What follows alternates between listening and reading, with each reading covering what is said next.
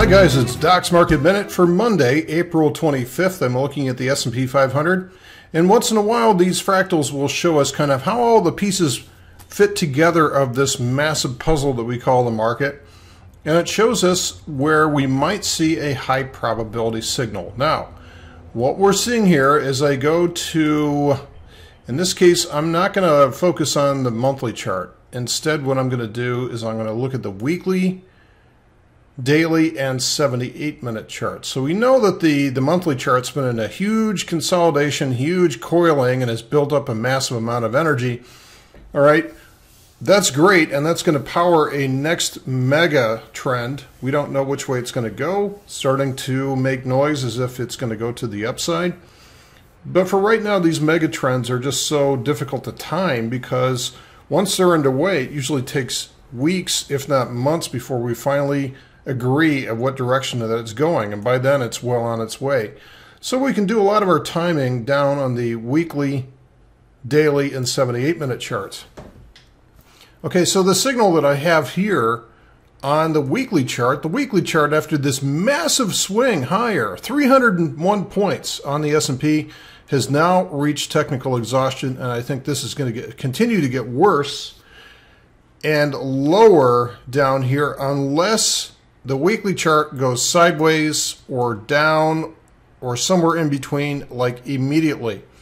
So what would make sense on here is to see a weekly swing. Now, how does a weekly swing start? Does it just start all of a sudden one day, just shows up and all of a sudden we have a weekly swing? No, of course not. Reversals start, in this case, reversals on the weekly chart start from the smallest time frames and propagate higher. So what are we seeing today on the 78-minute chart?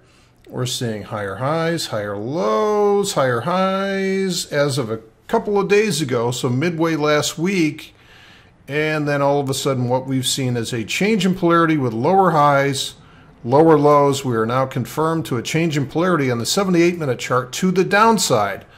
All this does, that's not necessarily anything huge. All this is doing is just pulling down the daily chart. Now, to get a weekly trend to the downside, or to get a weekly swing to the downside, what we're going to need to see is some kind of bounce up here. The daily chart prints a lower high and then continues lower.